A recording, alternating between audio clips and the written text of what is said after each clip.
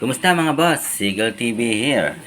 Sa video natin ngayon, itong Xiaomi box na dati kong tinuro sa inyo na mapagana natin ng internet, ay meron akong bagong karagdagan na tutorial para mas ma-permanent na natin na mag-okay ang ating internet.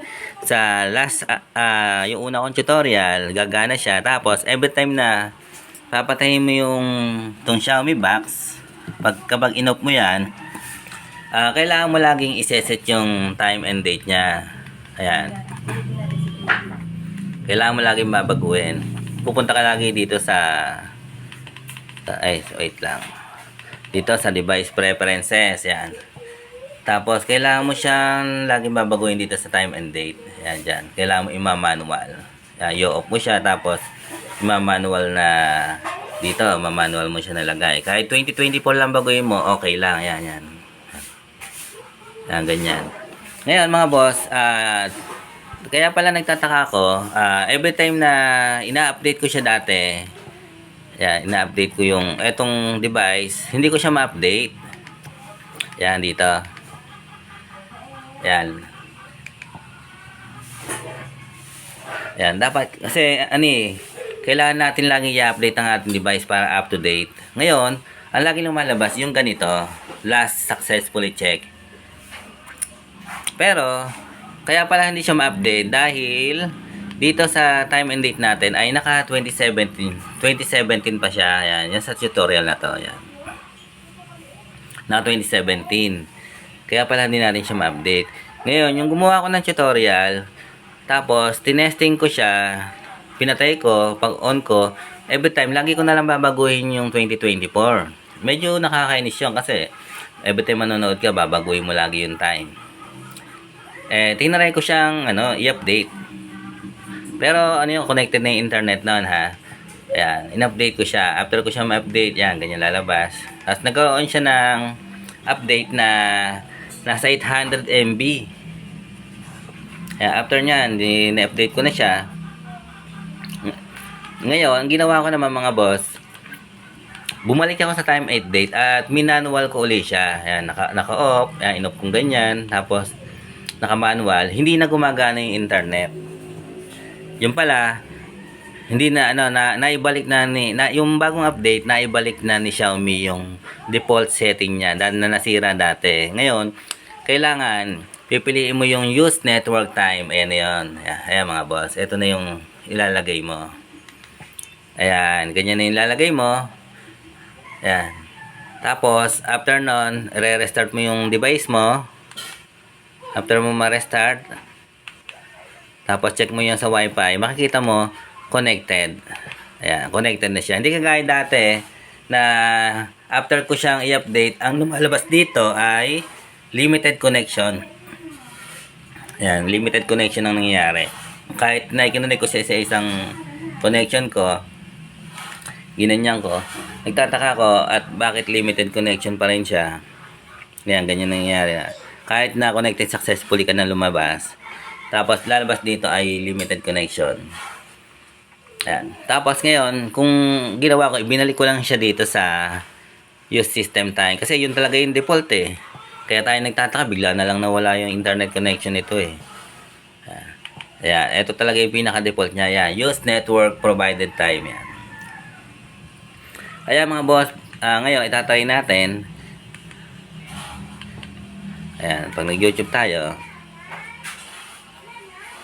okay na siya.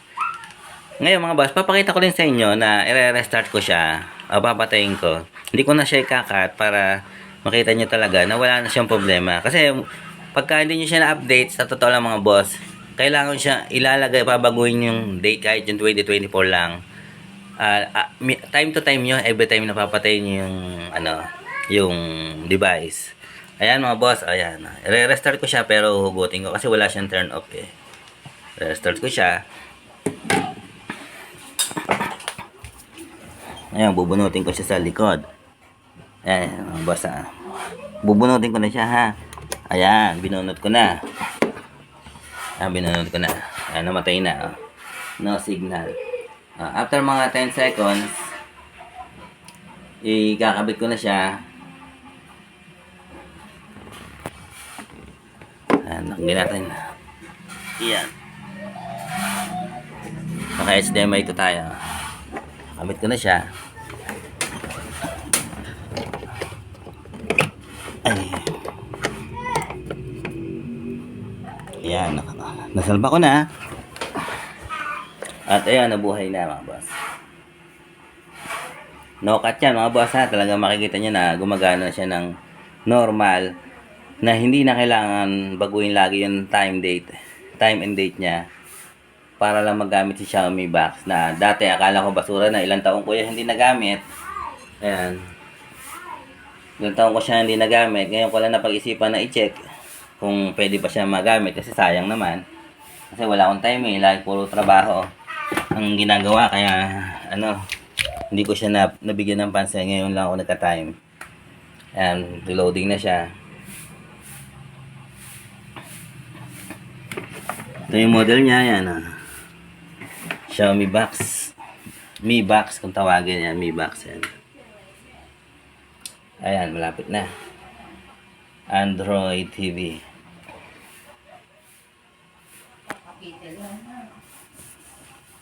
Hintayin natin, loading.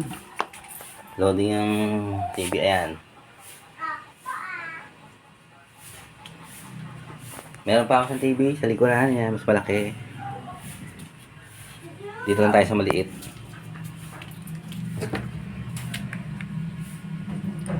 Ayan mga boss, pupunta na tayo dito sa setting at check natin. Proof lang na wala talagang problema na after natin i-update. Ayan. Kita nyo mga boss, nakalagay na ay connected. Ngayon, tatry natin mag-play na YouTube.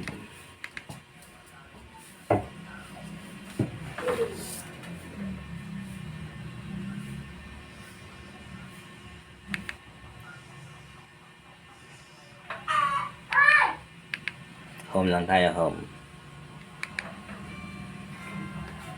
Ayan.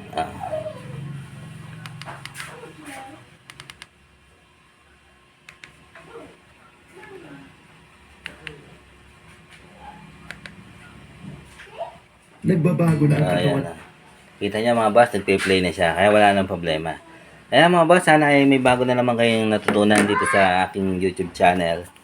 At please like and subscribe lamang para sa marami pang tutorial na aking share sa inyo na pwede makatulong sa inyong pang araw-araw na buhay. Lalo na kung ito ay related sa inyong buhay. Ayan mga boss, maraming salamat sa inyo.